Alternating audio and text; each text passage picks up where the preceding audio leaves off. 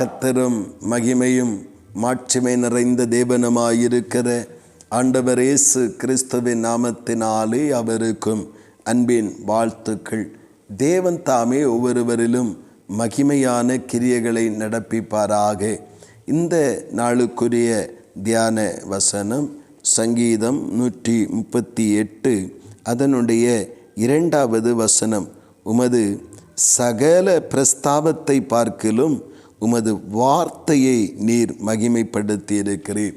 இங்கே பார்க்கும்போது எல்லா உம்முடைய சிருஷ்டிப்புகளை காட்டிலும் நீர் உண்டாக்கின ஒவ்வொரு செயல்களின் அதனுடைய நிறைவை பார்க்கலும் ஒவ்வொரு கிரியைகளுடைய மகத்துவங்களை பார்க்கலும் உம்முடைய வார்த்தையை நீர் மகிமைப்படுத்தி இருக்கிறீர் என்று சொல்லி அங்கே சொல்லுவதை நாம் காண முடிகிறது. கர்த்தருடைய நாமத்தினாலே ஆண்டவர் சகலத்தையும் தம்முடைய வல்லமையுள்ள வார்த்தையினாலே சிருஷ்டித்த ஆண்டவர். அந்த சிருஷ்டிப்புகளினாலே ஆண்டவருக்கு மகிமை வருகிறது. ஆனால் அதைவிட அவருடைய வார்த்தையை கேட்கிற ஒரு தேவனுடைய பிள்ளையினுடைய வாழ்க்கையில் தேவ மகிமையினாலே தேவ மகிமையின் பிரசன்னத்தினாலே ஆண்டவருடைய இரக்கத்தின் அந்த நன்மைகளை அனுபவிக்க ஆண்டவர் அவர்களை நடத்தி செல்கிறார். இந்த இடத்துல நம்முடைய வாழ்விலும் வேத வசனத்தை மகிமைப்படுத்தி இருக்கிற அந்த ஆண்டவருடைய கரம், அந்த வார்த்தை நம்முடைய வாழ்க்கையில் வரும் பொழுது நம்முடைய வாழ்வும் அதனால் மகிமைப்படுத்தப்படுகிற வாழ்வாய் மாறும். வார்த்தை எங்கே வருகிறதோ அங்கே விடுதலையும் ஜெயமும் கூட வருகிறதாக நாம் வேதத்தில் எல்லா இடத்திலையும் பார்க்கிறோம். இன்றைக்கு ஏன் அவ்வளவு தூரம் வார்த்தையை மகிமைப்படுத்தி இருக்கிறார்.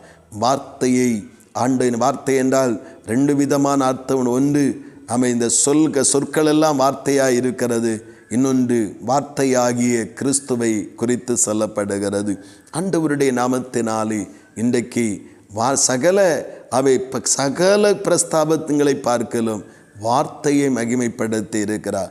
சூரியனை பார்த்து நீர் நாம் படைத்த சூரியன் அப்படி என்று சொல்லி அதை ஆண்டவர் முக்கியத்துவப்படுத்தவில்லை, அதை மகிமைப்படுத்தவில்லை. வார்த்தையை தான் மகிமைப்படுத்தி இருக்கிறார். அந்த வார்த்தை யாருக்குள் வருகிறதோ, அந்த வார்த்தை எந்த குடும்பத்திற்குள் செல்லுகிறதோ, அந்த வார்த்தை எந்த நிலையில் இருக்கிற மனிதனுக்குள்ளும் அது ஊடுருவுகிறதோ அங்கே தேவனுடைய அதிசயமான செயல்கள் ஆச்சரியப்படத்தக்கதாக வெளிப்படுகிறதாய் இருக்கிறது. பிரியமானவர்களே, இன்றைக்கு நம்மை மகிமைப்படுத்துகிற நம்முடைய சூழ்நிலைகளையே மறுரூபமாக்குகிற தேவனுடைய வார்த்தைகள் இன்றைக்கு நமக்கு ஒவ்வொரு நாளும் கொடுக்கப்பட்டு கொண்டே வருகிறது. ஒவ்வொரு நிமிடங்களிலும் அதை கேட்டுக்கொண்டே வருகிறோம். அந்த வார்த்தைகள் நம்முடைய வாழ்வாய் மாறும் பொழுது நம்முடைய வாழ்வு தேவனுடைய ஆசீர்வாதங்களால் நன்மைகளால் நிரப்பப்படுவதற்கு ஏதுவாகுமே. இன்றைக்கு நம்முடைய தேவன் நமக்கு எழுதி தந்த அவருடைய வார்த்தைகளை நாம் கவனிக்கிறோமா? இல்லை. நம்முடைய காரியங்களில் கவனம் செலுத்தி நாம் இன்னும் குறைவையும் இன்னும் ஏமாற்றத்தையும் சந்திக்க முற்படுகிறவளாய் இருக்கிறோமா? நாம் தேவன் மகிமைப்படுத்தின வார்த்தையை நாமும் வாழ்விலே அங்கீகரித்து வார்த்தைக்கு இடம் கொடுப்போம். நம்முடைய வாழ்வின் எல்லா காரியங்களிலும் கர்த்தர் நமக்கு மகிமையையும் இன்னும் அதிகமான கிருபைகளையும் தந்து நம் ஒவ்வொருவரையும் நடத்துவாராக. ஆமேன், ஆமேன். செபிப்போம். அன்பின் பரலோகத்தின் நல்ல தகப்பனே, நல்ல இந்த காலை நேரத்திலும் பரிசுத்த தெய்வமே, ஆண்டவரே, உம்முடைய சகல பிரஸ்தாபங்களை காட்டிலும் நீர் எங்களுக்காக ஏற்படுத்தி வைத்திருக்கிற உம்முடைய ஸ்தோத்திரம் வார்த்தை சிறந்ததப்பா.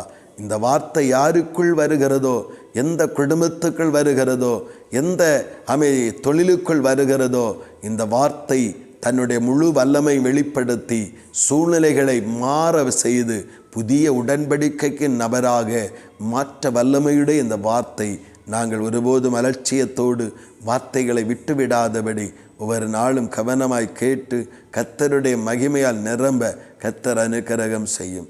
அப்படி நீங்கள் செய்கிறபடியாய் ஸ்தோத்திரம், இறங்குகிறபடியாய் ஸ்தோத்திரம். இயேசு கிறிஸ்துவின் மூலம் ஜெபிக்கிறோம் ஜீவனுள்ள நல்ல பிதாவே. ஆமேன், ஆமேன்.